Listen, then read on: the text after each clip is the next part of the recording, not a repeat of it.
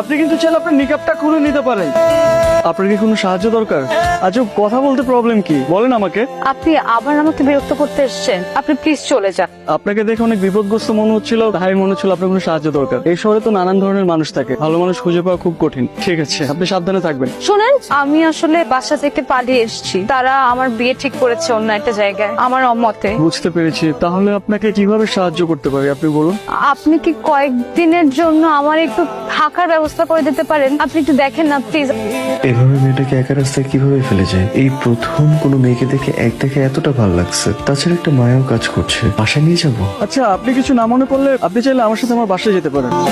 আমার বাসায় 2টা বেডরুম আছে, মাঝে মধ্যে মা গ্রাম থেকে আসলে আমার সাথে থাকে আর কি। আপনার যদি কোনো আপত্তি না থাকে তাহলে আমাকে বিশ্বাস করতে পারেন।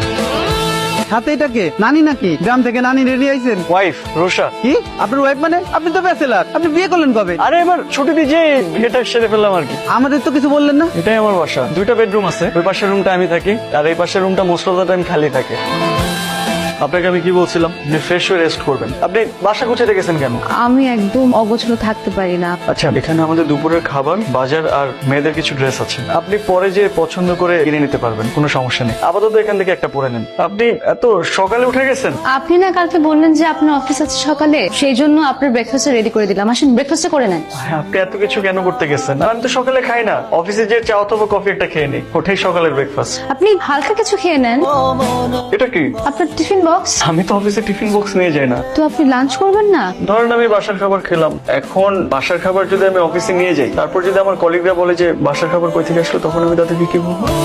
বলবেন আপনার মানে বলবেন না আপনি বাসায় একটা কাজের লোক রেখেছেন, সে রান্না করে দিয়েছে। আপনার কি মনে হয় আমি বাসায় একটা কাজের লোক রেখেছি? আপনি কিন্তু সবসময় একটা কথার অন্য একটা মিনিং খুঁজে বের করেন। আমি মোটেও ভাবে বলিনি। ফোনটা আপনি রাখেন, আর যদি কোনো প্রবলেম হয় আমাকে ফোন করবেন। মনটা কি বেশি খারাপ? লুকাচ্ছেন কেন? কিছু মানুষ মন খারাপ করলে তার চেহারা সেটা বোঝা যায়। আপনার প্রচন্ড মন খারাপ। মানুষের জীবনটা অনেক অদ্ভুত। আপনার জীবনে কখনো কখনো এমন কিছু ঘটনা ঘটবে, আপনি হয়তো সেগুলো কখনো কল্পনাও করতে পারেননি। আর আপনি জানেন না যে সেই ঘটনাগুলো ঘটলে আপনি কি করবেন বা আপনার জীবন কোন দিকে মোড় নেবে। এসব ছোট ছোট ঘটনা নিয়ে তো জীবন, আর এইসব ছোট ছোট ঘটনাকে আপনি যত মনে রাখবেন তত পিছিয়ে পড়ে যাবে। চাচা, আপনি হয়তো বাসার উপরে পাঠাই দিছি। শুনলাম তুমি নাকি বিয়ে করেছো, বিয়ে করে বউ নিয়ে আসছো, তাই বৌমাকে দেখতে চলে আসলাম। তো বৌমা কোথায়? বৌমাকে ডাকো। রুষা, রুষা, রুষা। বৌমা তো দেখতে খুবই সুন্দর। চাচার জন্য চা বানিয়ে নিয়ে আসে, যাও। চাচা আপনি বসেন, আমি চা বানিয়ে নিয়ে আসছি। না না, চা লাগবে না। রাফি তোমার ছেলের মতো, খুব ভালো ছেলে। শুনলাম রাফি বিয়ে করে বউ নিয়ে এসেছে, তাই তোমাকে না দেখে আর থাকতে পারলাম না। তুমি খুব ভাগ্যবতী যে রাফির মতো একটা ছেলে পেয়েছো। আমি দোয়া